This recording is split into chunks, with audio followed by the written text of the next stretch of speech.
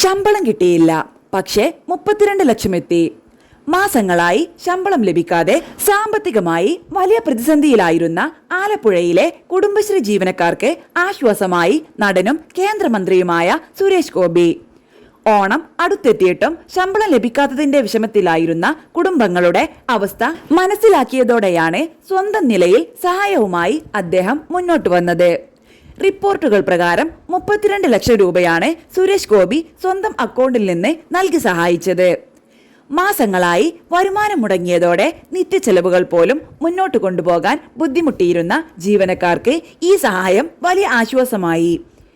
ഓണം എന്നത് ആഘോഷങ്ങളുടെ കാലമാണ്.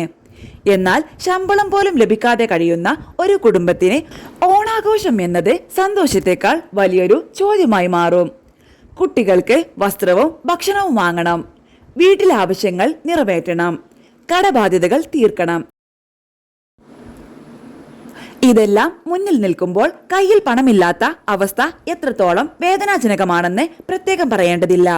അത്തരമൊരു സാഹചര്യത്തിലാണ് കുടുംബശ്രീ ജീവനക്കാരുടെയും അവരുടെ കുടുംബങ്ങളുടെയും ബുദ്ധിമുട്ട് ശ്രദ്ധയിൽപ്പെട്ടതും സഹായഹസ്തവുമായി സുരേഷ് ഗോപി എത്തിയതും.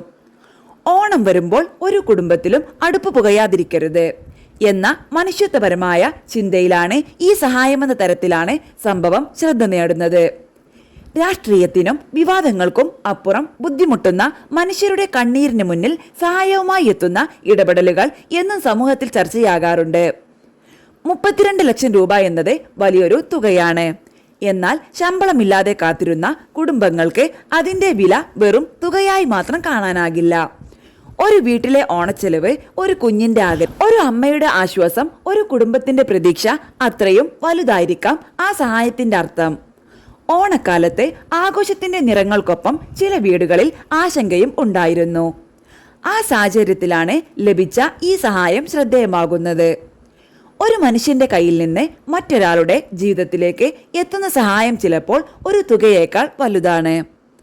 32 ലക്ഷം രൂപയുടെ സഹായത്തിന് പിന്നിൽ കണ്ടത് പണം മാത്രമല്ല, ഒരു കുടുംബത്തിന്റെ ഓണം മുടങ്ങരുതെന്ന കരുതലാണ്.